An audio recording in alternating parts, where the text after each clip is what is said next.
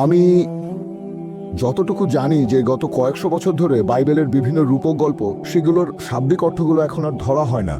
এর পেছনের অর্থটাই হলো আসল। আমার প্রশ্নটা হলো যে ইসলাম ধর্মে কি এরকম কিছু করার চেষ্টা হয়েছে যেখানে শাব্দিক অর্থটা ধরা হবে না, বরং এর পেছনের অর্থটাকে গ্রহণ করা হবে? কোরআনে যেসব কথা বলা হয়েছে।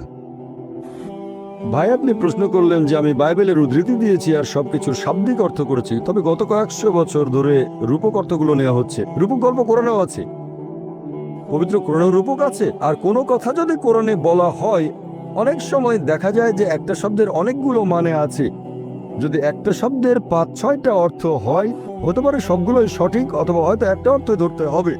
তবে তার মানে এই না যে পবিত্র কোরআন একটা কথা বলছে আর আপনি অন্য অর্থ ধরে বসলেন। পবিত্র কোরআনে রূপক গল্প আছে, অনেক রূপক গল্প পবিত্র কোরআনে। তবে তার মানে এই না যে শাব্দিক অর্থ কোরআনের বিরুদ্ধে যাবে।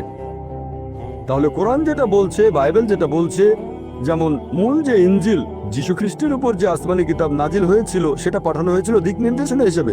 যেটা উল্লেখ করা হয়েছে সেটা মেনে চলতে হবে। হ্যাঁ, অনেক সময় হতে পারে যে অন্য আরো কিছু অর্থ হয় আর সেগুলো সঠিক। তার মানে এই না যে সাধারণ যে অর্থটা সেটা বাদ দিতে হবে। হ্যাঁ ভাই, বলেন।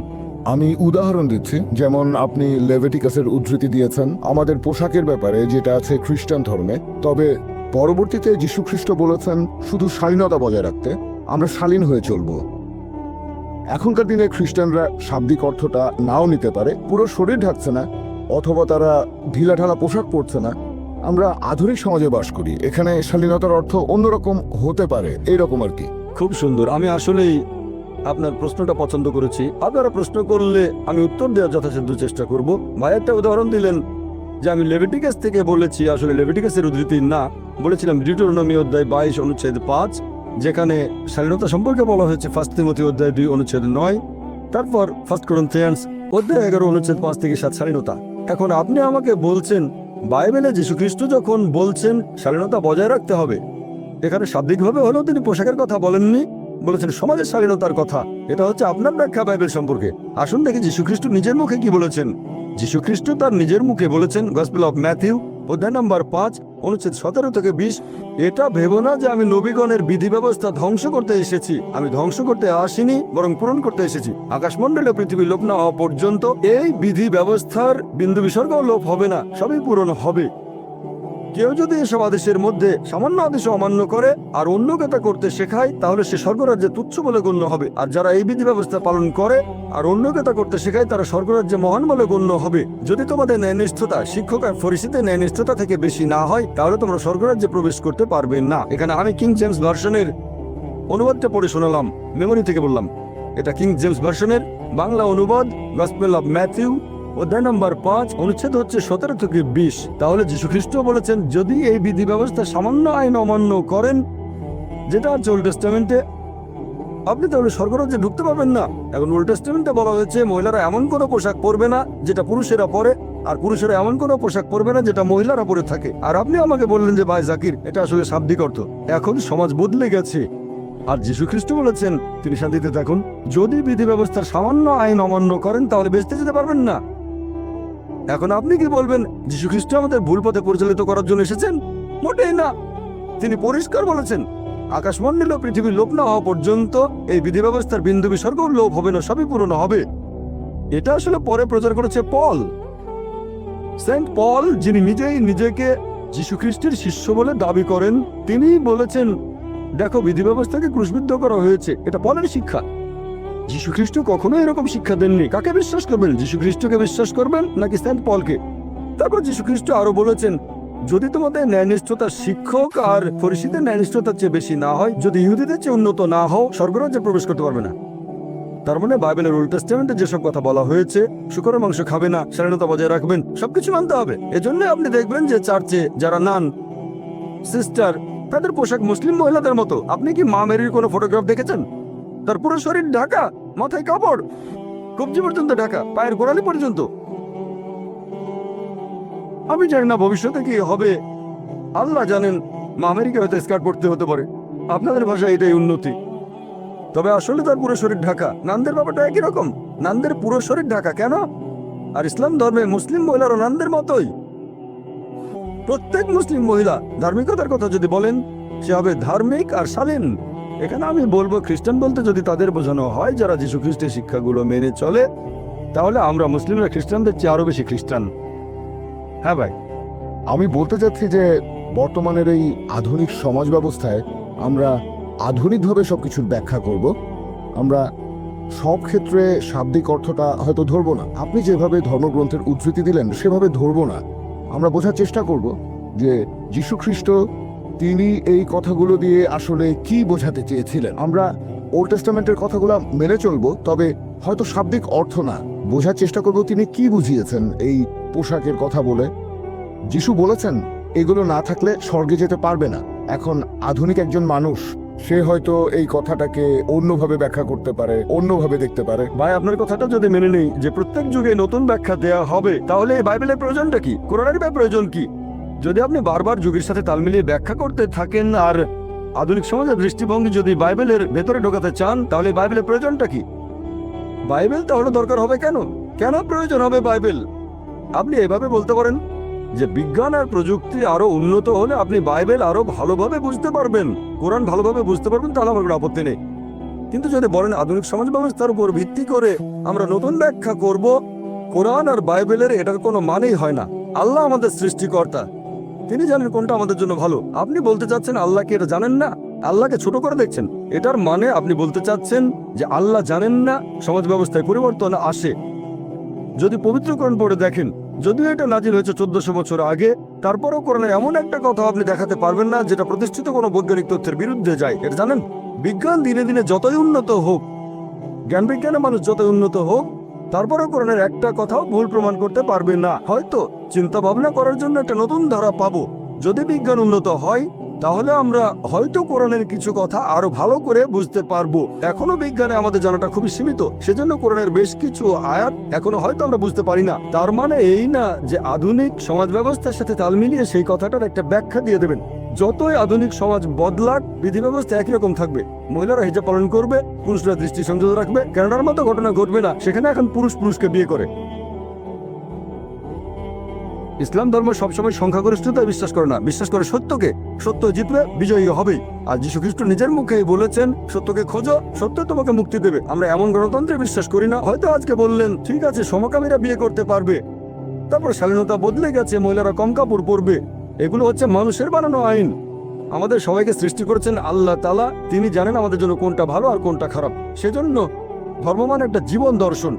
আমরা আল্লাহ তাআলার দিক নির্দেশনাগুলো মেনে চলি, শুধুমাত্র তাহলে সত্যের পথে থাকবেন। আশা করি উত্তরটা পেয়েছেন। আসসালামু আলাইকুম, আমার নাম আয়শা, ফিলিপাইন্স থেকে এসেছি। আমার একটা প্রশ্ন আছে।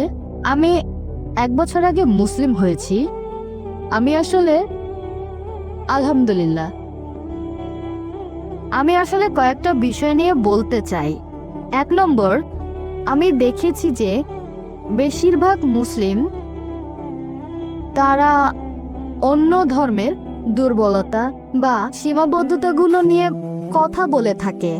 আমরা কেন ভালো জিনিসগুলোকে দৃষ্টান্ত হিসেবে তুলে ধরছি না তাদের সামনে? আজকে আপনার লেকচারে যেমন শুনলাম আমরা খ্রিস্টানদের চাইতে উন্নত। বর্তমানে আমি ইসলামিক সেন্টারে পড়াশোনা করছি। সেখানে আমাদেরকে এভাবে শেখানো হয়েছে যে একজন মানুষ কখনোই অন্য আরেকজন মানুষকে বিচার করতে পারে না। একমাত্র আল্লাহ সুবহানাহু ওয়া তাআলাই বলতে পারেন যে অমুক লোকটার অন্তর ভালো, সে ভালো লোক। পৃথিবীর কোনো মানুষ বিচার করতে পারে না। আপনি এই ব্যাপারে কি বলবেন? বোন, আপনি প্রশ্ন করলেন যে একমাত্র আল্লাহ তাআলাই বিচার করতে পারেন আমাদের অন্তর। আমি আপনার সঙ্গে একমত। আপনি বললেন যে আমরা কেন এভাবে বলি যে আমরা তুলনায় উন্নত, আমরা ভালো জিনিসগুলো উপস্থাপন করব। বোন, আমি আজকের লেকচারে যেটা করেছি, আমি খ্রিস্টান ধর্মের ভালো জিনিসগুলো নিয়েছি। আমি খ্রিস্টানদের উদ্দেশ্যে বলেছি যে যদি আপনারা যীশু খ্রিস্টের দেয়া শিক্ষাগুলো মেনে চলেন তাহলে সেটা হবে ভালো। আমি তাদের উপরে তুলেছি, তাদেরকে ছোট করতে চাচ্ছি না। আপনি আমার কথাগুলো বুঝতে পারেননি। আমি আসলে বোঝাতে চেয়েছি, যখন এই কথাটা বলেছিলাম যে খ্রিস্টান বলতে যদি তাদের বোঝায় যারা যীশু খ্রিস্টের শিক্ষাগুলো ভালোভাবে মেনে চলে, তাহলে আমরা মুসলিমরা খ্রিস্টানদের চেয়ে আরো বেশি খ্রিস্টান। কোরআনের আয়াত মেনে আমি বলার চেষ্টা করেছি, تعالوا إلى كلمة سواء بيننا وبينكم। এসো সেই কথায় যা তোমাদের ও আমাদের মধ্যে এক। আমি কখনোই বলিনি যে আমরা তাদের চেয়ে উন্নত, বলেছি বাইবেলকে তাদের চেয়ে বেশি মানি। এটাই বলেছি। তারপর বলেছি আপনারাও কেন বাইবেলের কথাগুলো মেনে চলেন না, অন্তত সেগুলো মানেন যেটা কমন। আমি বাইবেল থেকে ভালো জিনিসগুলো নিয়েছি।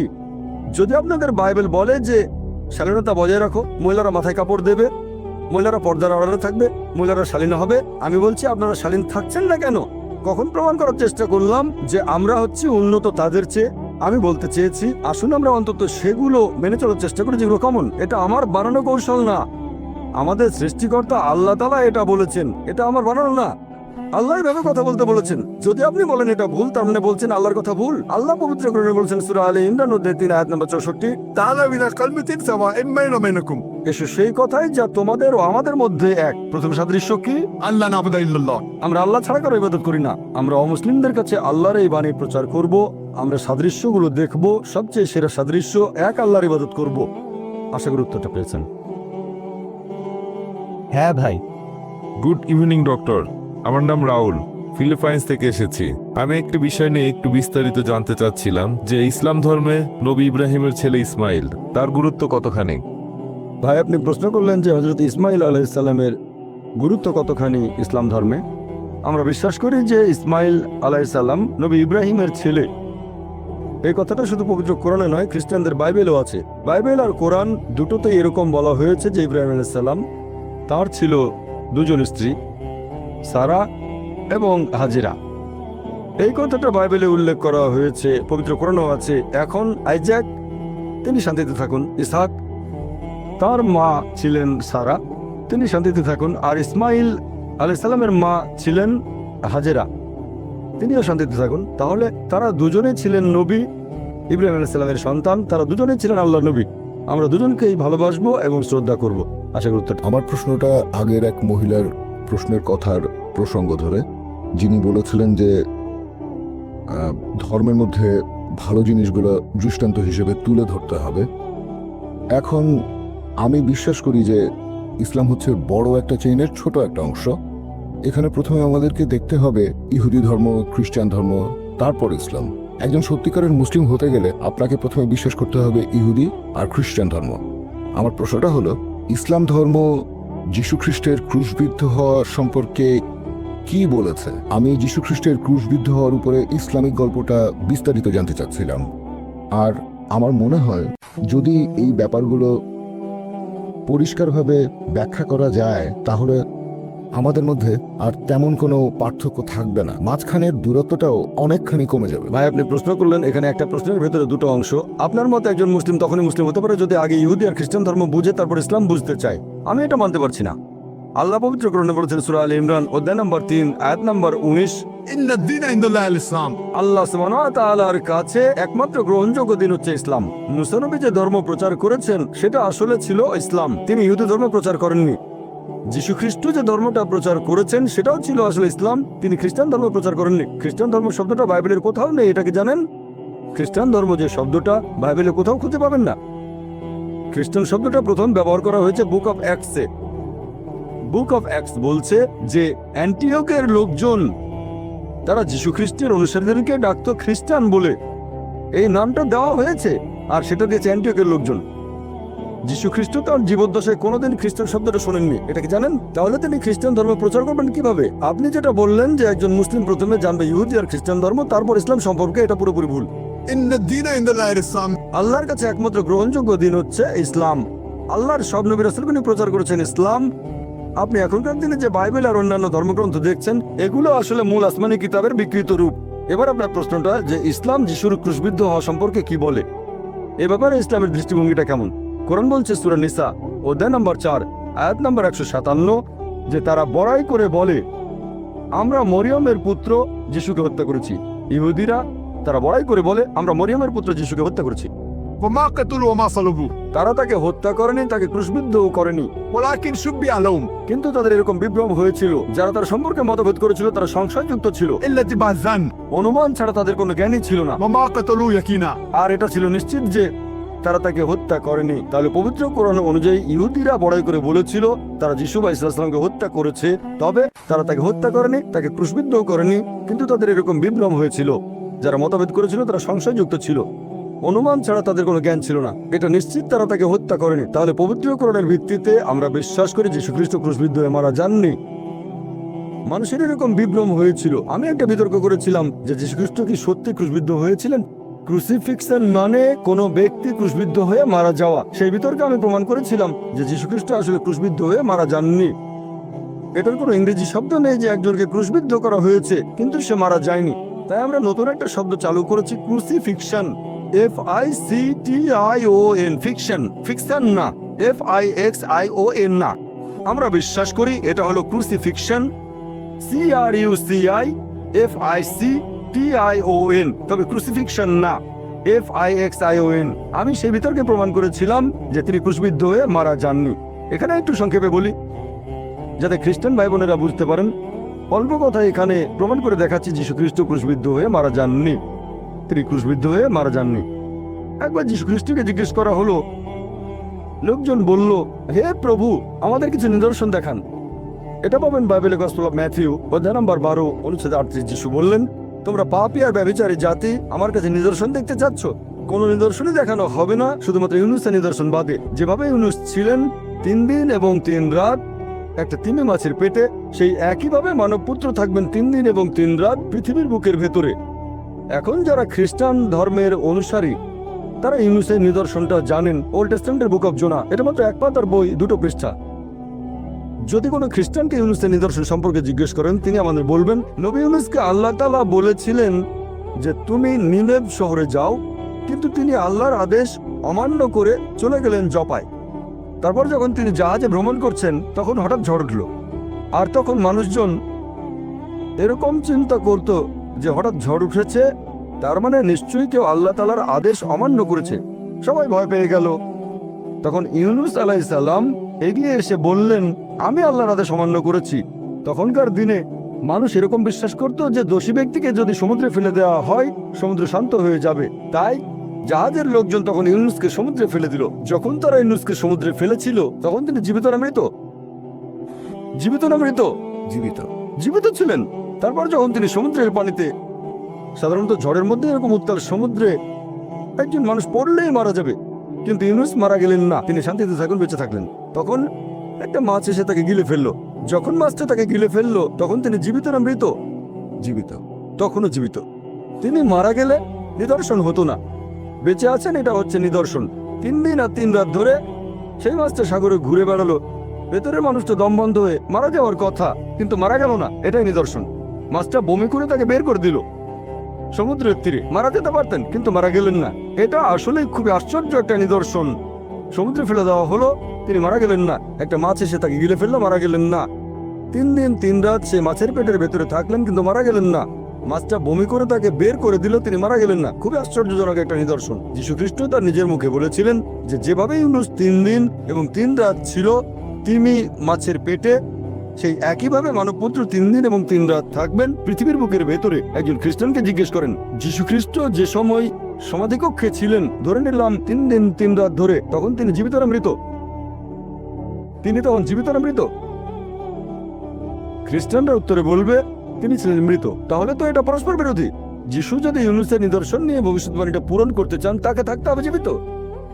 এখানে এই একটা প্রমাণ দিয়েই, যদিও আরো অনেকভাবে প্রমাণটা করতে পারি যে যীশু খ্রিস্ট বা ঈসা আলাইহিস সালাম ক্রুশবিদ্ধ হয়ে মারা যাননি, তিনি ছিলেন জীবিত, তাহলে এটার ভিত্তিতে আমরা খ্রিস্টানদের বাইবেল দিয়েই প্রমাণ করতে পারি যে যীশু খ্রিস্ট কখনোই ক্রুশবিদ্ধ হয়ে মারা যাননি।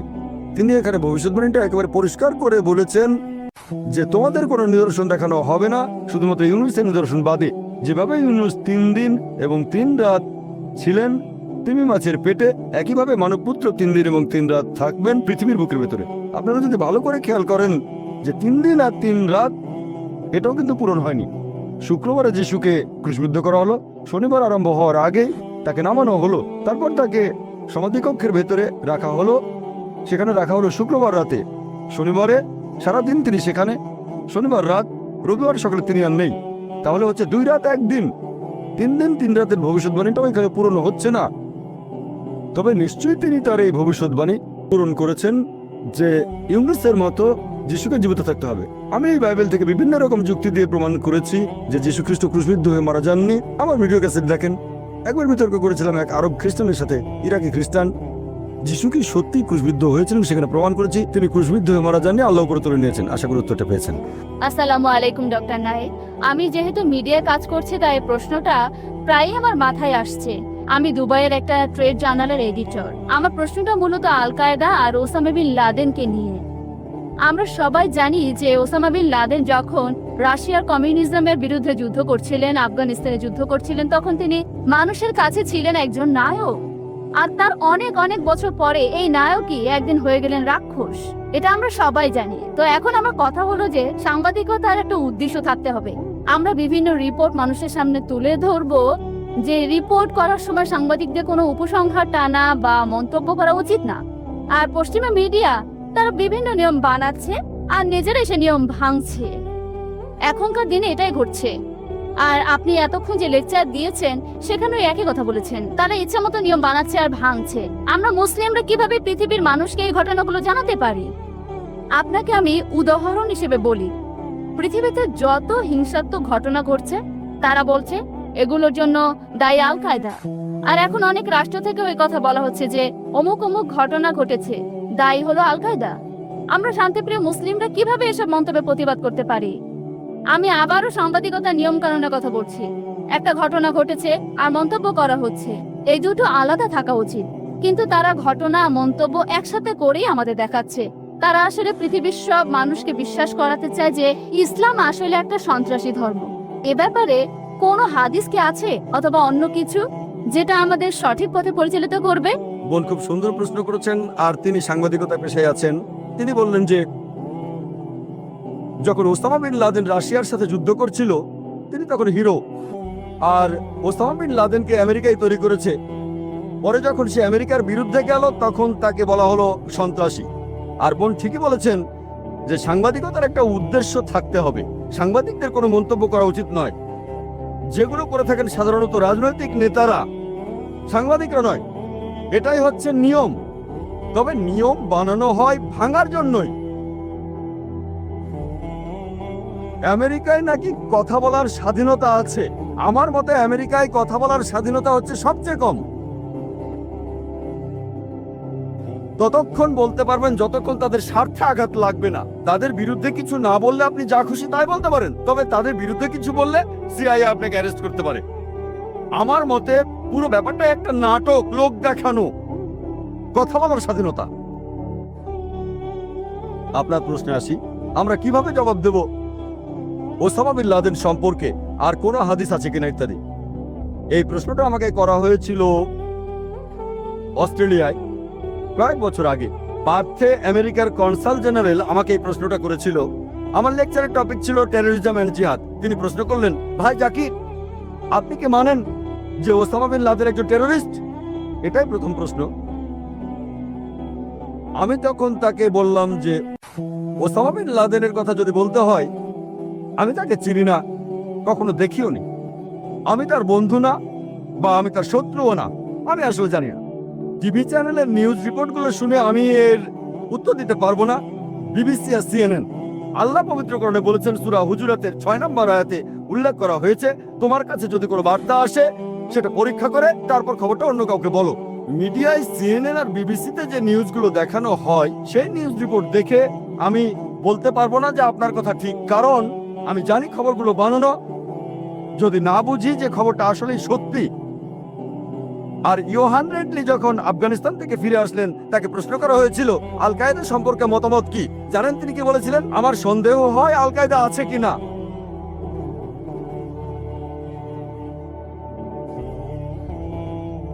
তাহলে সিএনএন আর বিবিসিতে প্রচারিত নিউজ রিপোর্টগুলোর উপর নির্ভর করে আমি এর উত্তর দিতে পারবো না। আল্লাহ জানে আসল ঘটনা কি। তবে সিএনএন কে কন্ট্রোল করে আমেরিকা। সেখানে জানতে পারি যে তারা হাজার হাজার আফগানিকে হত্যা করেছে, ইরাকে আক্রমণ করেছে। এই চ্যানেলগুলোই বলে। এই চ্যানেলের মালিক যারা, তারাই যখন এগুলো বলছে আর গর্ব করছে, তাহলে এই খবরটা নিশ্চিত। তাহলে যদি বলেন কে 1 নম্বর টেররিস্ট, আমার মতে জর্জ বুশ।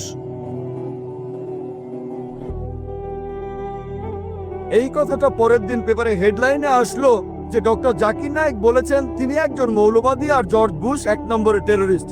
অস্ট্রেলিয়ার নিউজ পেপারে হেডলাইন হয়েছিল। জানেন কিছুদিন আগে একটা সার্ভে করা হয়েছিল, আমেরিকার শিকাগোতে একটা সার্ভে করা হয়েছিল, আর সেই সার্ভেটাতে টেরোরিস্ট হিসেবে নাম দেওয়া হয়েছিল 3 জনের। 3 জন, 1 নম্বর ওসামা বিন লাদেন, 2 নম্বর সাদ্দাম হোসেন, 3 নম্বর জর্জ বুশ।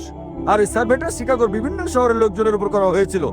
যে আপনাদের কি মনে হয়, মুসলিম অমুসলিম সবাই, অমুসলিমরাও, আপনারা কাকে 1 নম্বর টেরোরিস্ট মনে করেন? আর উত্তরগুলো সব একই, উত্তরগুলো একই রকম, সবাই বলছে জর্জ বুশ। সবচেয়ে কম ছিল 74%। 74% লোক বলেছে জর্জ বুশ 1 নম্বর টেরোরিস্ট, আর সবচেয়ে বেশি 78% বলেছে যে তাদের মতে জর্জ বুশ 1 নম্বর টেরোরিস্ট। আমি না। তবে লোকজন আসলে এসব কথা বলতে চায় না, মানুষ এসব কথা বলতে ভয় পায়। একটা হাদিস আছে, আমাদের প্রিয় নবীজি সাল্লাল্লাহু আলাইহি সাল্লাম বলেছেন, যদি কোনো রকম অন্যায় হতে দেখো, হাত দিয়ে সেটা থামাও। যদি হাত দিয়ে থামাতে না পারো, তবে মুখ দিয়ে থামাও। যদি মুখ দিয়েও থামাতে না পারো, তখন তুমি মনে মনে অভিশাপ দাও তাকে, আর তখন তুমি হবে সবচেয়ে নিচু স্তরের মুমিন। তাই আমি স্পষ্ট করে বলি, আমি সত্য কথা বলি, আল্লাহ কিছু মানুষকে হাত দিয়ে থামানোর সামর্থ্য দিয়েছেন, কিন্তু তারা না থামালে আল্লাহ তাকে প্রশ্ন করবেন। আল্লাহ অন্তত কথা বলার সামর্থ্য দিয়েছেন, তাই আমি কথা বলে যাচ্ছি। এর পক্ষে আমি ইংল্যান্ডও বলেছি, সেখানকার পুলিশ চিফের সামনে, সেখানকার মেয়রের সামনে, আমেরিকায় বলেছি, অস্ট্রেলিয়ায় বলেছি, মালয়েশিয়ায় বলেছি। তবে আমি বলেছি হিকমার সাথে, হিকমার সাথে, হিকমার সাথে কথা বলেছি। আল্লাহ আমাকে কথা বলার সামর্থ্য দিয়েছেন। যদি আমি না বলি তাহলে আল্লাহ আমার এই ক্ষমতা কেড়ে নেবেন। আল্লাহ আমার কথা বলার ক্ষমতাটা কেড়ে নেবেন। এটাও না পারলে মনে মনে অভিশাপ দেন। আর অমুসলিমরাও এ কথা বলছে। জাকির নায়েকের কথা বাদ দাও, আমেরিকার বেশিরভাগ অমুসলিমরাই ইউনিভার্সিটি অফ শিকাগোর একটা সার্ভে রিপোর্ট অনুযায়ী আমেরিকাতেই তারাই বলছে জর্জ বুশ 1 নম্বর টেরোরিস্ট। আপনারা যদি ইন্টারনেটে যান, এমন কথাও দেখবেন, আমি বলছি না সেটা ঠিক না ভুল, তারা বলছে যে 11 সেপ্টেম্বরের সেই দুর্ঘটনা ভেতরের কেউ ঘটিয়েছিল, আর কয়েকজন তো বলছে জর্জ বুশ নিজেই এই কাজটা করেছে। ওবারা নেবেরি মিস্ত্রিরা কিভাবে জবাব দেবে? লন্ডনের সেই 7 জুলাইয়ের বোমা বিস্ফোরণের পর কি হয়েছিল? আমেরিকার প্রায় বেশিরভাগ মুসলিমরা এক জায়গায় হয়ে নিন্দা করলেন, ইংল্যান্ডও তাই। ইংল্যান্ডে একই ঘটনা, তাদের নাম বলছি না, আমি তাদের অনেককে চিনি। তারা নিন্দা করলেন যা ঘটেছে 11 সেপ্টেম্বর নিউ ইয়র্কে, এটা হারাম, এটা ভুল, আমরা নিন্দা করছি। 7 জুলাই যা ঘটেছে লন্ডনে, 50 জনেরও বেশি লোক মারা গেছে। 11 সেপ্টেম্বরে 3000-এরও বেশি লোক মারা গেছে, আমরা নিন্দা করছি। Full stop. আর তারা যা বলছে ঠিক কথাই বলেছে, আমি একমত। পবিত্র কোরআনের সূরা মাইদার 32 নম্বর আয়াতে উল্লেখ করা হয়েছে, যদি কেউ অন্য কোনো ব্যক্তিকে হত্যা করে, সেটা যদি হত্যার অপরাধ বা কোনো ধ্বংসাত্মক কাজের অপরাধ না হয়, তাহলে সে যেন পুরো মানুষ জাতিকে হত্যা করলো। আমিও এই কাজে নিন্দা করি। যদি 11 সেপ্টেম্বরে 3000-এরও বেশি নিরীহ মানুষ মারা যায়, সেটাকে নিন্দা করাই উচিত। লন্ডনে 50 জনেরও বেশি নিরীহ মানুষ মারা যাওয়াটাও নিন্দনীয়। তবে এখানেই থেমে যাওয়া যাবে না, এটারও নিন্দা করবো যে আফগানিস্তানে হাজার হাজার নিরীহ মানুষ মারা গেছে, এটাও নিন্দনীয়। ইরাকেতে হাজার হাজার নিরীহ মানুষ মারা গেছে, সেটাও নিন্দনীয়। বসনিয়ায় যে হাজারো মানুষকে হত্যা করা হয়েছে, সেটাও নিন্দা করবো আমরা। প্যালেস্টাইনে যে হাজারো মানুষকে মারা হচ্ছে, সেটাকেও নিন্দা করতে হবে। আমরা ভয় পাবো কেন? তবে আমেরিকানদের প্রশ্ন করলে তারা বলে, না আসলে আমেরিকা দেশটা একটু আলাদা, যদি বেশি কথা বলি তাহলে সমস্যায় পড়ে যাব। আমি বললাম, কেন? আমেরিকা তো সেই দেশ যেখানে কথা বলার স্বাধীনতা আছে, তাহলে ভয় পাচ্ছেন কেন? আমি ইন্ডিয়ায় লেকচার দিয়েছি, যারা বোম্বে সম্পর্কে জানেন, বোম্বের পরিবেশ পরিস্থিতি ভালো না। আমেরিকা আর ইংল্যান্ডে তাও কিছু কথা বলার স্বাধীনতা আছে। লোকজন আমাকে বলে, ভাই জাকির, কেউ আপনাকে হুমকি দেয় না? এটা আমার পেশার নিত্য সঙ্গী, এগুলো আমার পেশার নিত্য সঙ্গী। আমাদের নবীজিকেও কি হুমকি দেওয়া হতো না? আমরা তো নবীজির পথ অনুসরণ করছি। আল্লাহ তাআলা আমাদের রক্ষা করবেন। তবে যখন কথা বলবো তখন হিকমার সাথে বলবো। তাহলে যখন কথা বলবো তখন বলবো যে নিরীহ মানুষকে হত্যা করা নিন্দনীয়। আমরা মানি যে 11 সেপ্টেম্বর যে 3000-এর বেশি মানুষ মারা গেল, সেটা অন্যায়। আমরা মানি যে লন্ডনে যা ঘটেছে সেটা অন্যায়। তবে অন্য সব অন্যায়গুলোরও প্রতিবাদ করতে হবে। যখন একজন লোক শরীরে বোমা বেঁধে সেটার বিস্ফোরণ ঘটায়, সাথে 20-30 জন নিরীহ মানুষ মেরে ফেলে, তাকে তখন বলা হয় টেরোরিস্ট। তবে যখন কেউ প্লেন থেকে নিচে বোমা মারে আর এভাবে হাজারো আফগানিকে হত্যা করে, তাকে তখন বলা হয় সাহসী আমেরিকান সৈন্য। এতে সাহসের কি আছে? এটাকে বলা হয় চুরি করে যুদ্ধ। এতে সাহসের কি আছে? উপর থেকে বোমা ফেলছেন, আর একটা বোমাতে কাজ হচ্ছে 50টা বোমার সমান। আমাদেরকে বুঝতে হবে যে ইসলাম হলো সত্যের ধর্ম। আর আমি আমার প্রশ্নের উত্তর শেষ করার আগে পবিত্র কোরআনের একটি আয়াতের উদ্ধৃতি দেব। সূরা ইসরার 81 নম্বর আয়াতে উল্লেখ করা হয়েছে, وقل جاء الحق وزهق الباطل إن الباطل كان زهوقا। যখন সত্য এসে মিথ্যের সামনে দাঁড়ায়, মিথ্যে বিলুপ্ত হয়, কারণ মিথ্যে প্রকৃতিগত কারণে বিলুপ্ত হবে। আমার নাম নোমান। আমি ইন্টারনেট ট্রাভেল আর মার্কেটিং এর উপরে কাজ করি। আমার প্রশ্নটা এখনকার সময়ের সবচেয়ে শক্তিশালী মিডিয়া নিয়ে, অর্থাৎ বিভিন্ন সিনেমা।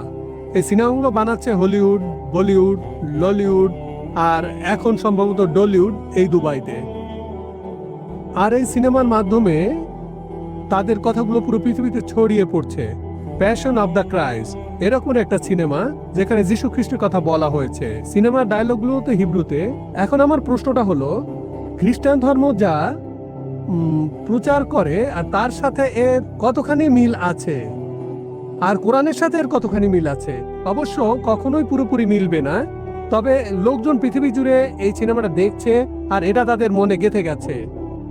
এবার আমার দ্বিতীয় প্রশ্নটা হলো, আমরা মুসলমানরা কিভাবে এই সিনেমা মিডিয়াকে কাজে লাগাতে পারি যাতে করে মানুষের মাঝে ইসলামের বাণী ছড়িয়ে দিতে পারি? যেমন ধরেন, একটা সিনেমা বানানো হয়েছিল দ্য মেসেজ। এই সিনেমা দেখে অনেক অমুসলিম ইসলাম গ্রহণ করেছিল, মুসলিম হয়ে গিয়েছিল। জাজাকাল্লাহ। ভাই, আপনি প্রশ্ন করলেন যে সিনেমার মাধ্যমে আমরা নিজেদের মতামত প্রকাশ করতে পারি, ধর্ম প্রচার করতে পারি। হলিউড, বলিউড আর এখন আছে ডলিউড, এটা নতুন শব্দ, এর মানে দুবাই মিডিয়া সিটি।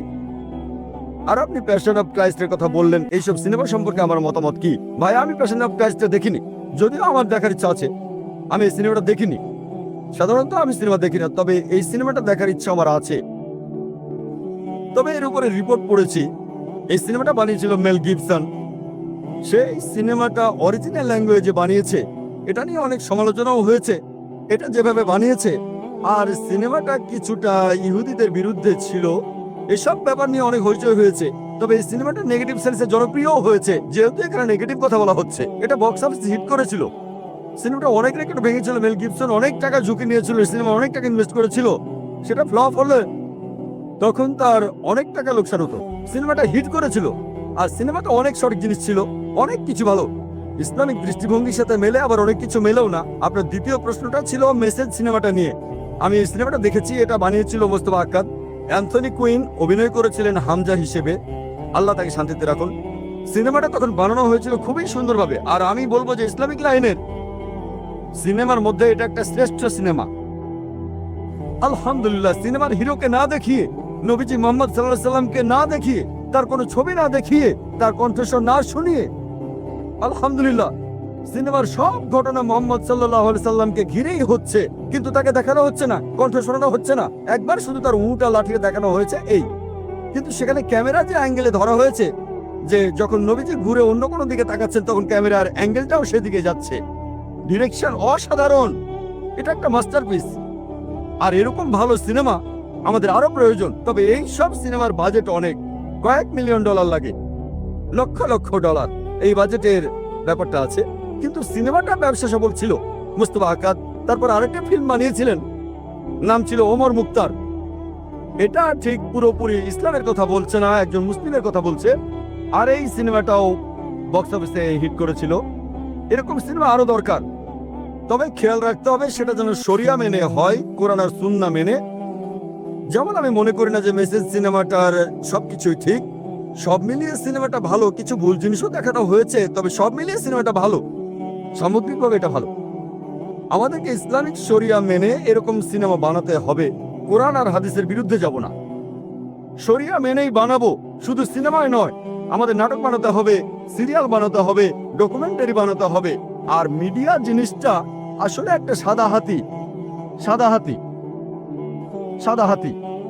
আপনারা হয়তো কোন বানেগা ক্রোড়পতির নাম শুনেছেন। আসল অনুষ্ঠানটা who wants to be a millionaire, প্রতি অনুষ্ঠানে $1 মিলিয়ন খরচ করে। মাত্র একটা এপিসোডে 4 কোটিরও বেশি রুপি খরচ করে, মাত্র একটা এপিসোডে।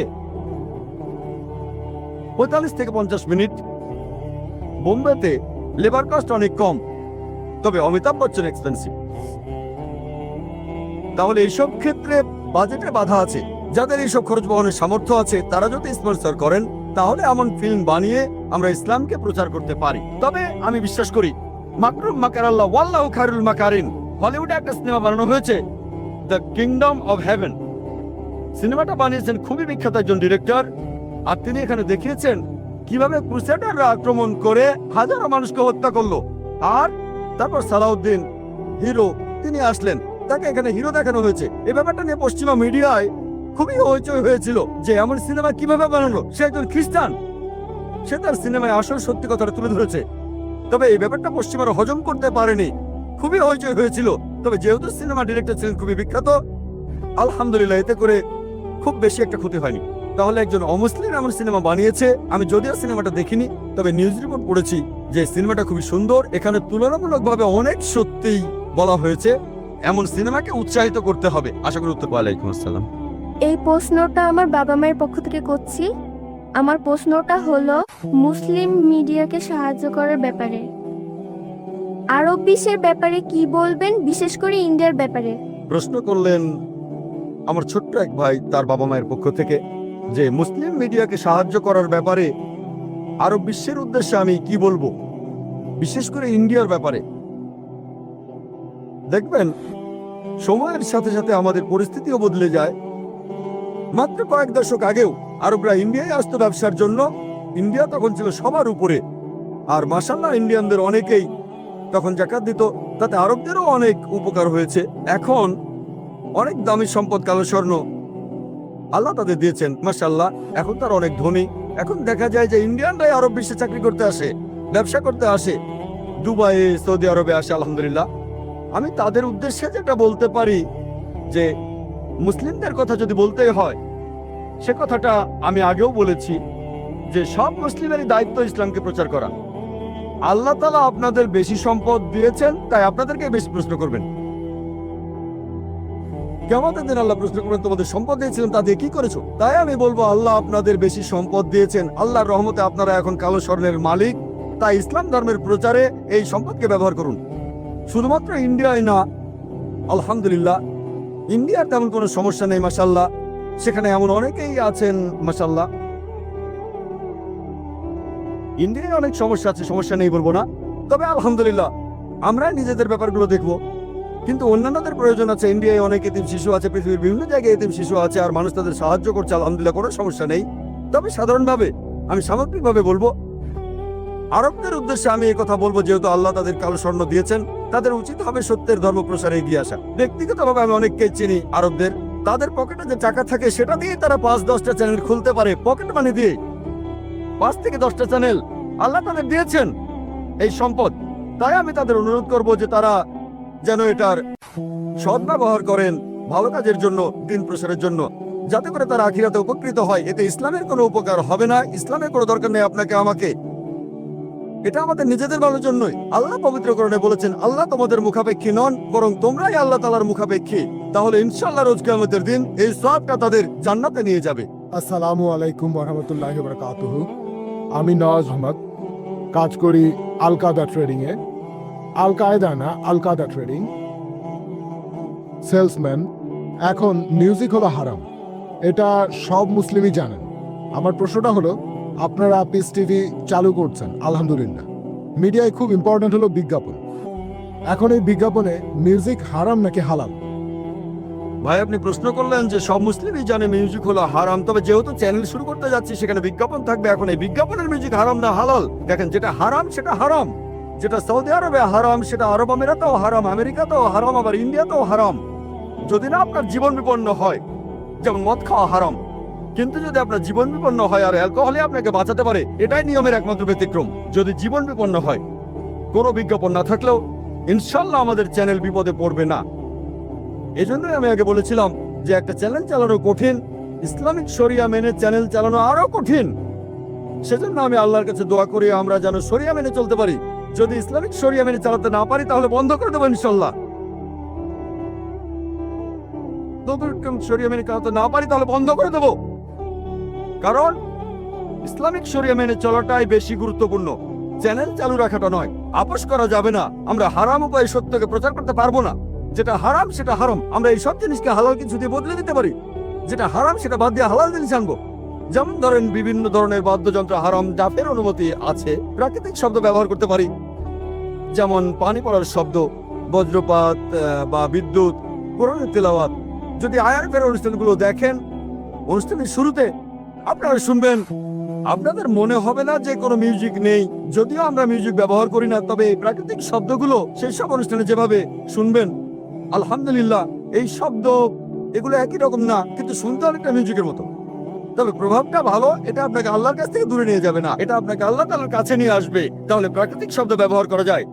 আর এমন কোনো বিজ্ঞাপন দেখাবো না যেটা হারাম, কোনো হারাম অ্যাড দেখাবো না, যেমন কোনো অ্যালকোহল নিয়ে বিজ্ঞাপন অথবা সুদ নিয়ে কাজ করে এমন কোনো কোম্পানি বা ব্যাংক, অথবা যেসব বিজ্ঞাপনে মহিলাদের শরীর দেখানো হয়ে থাকে।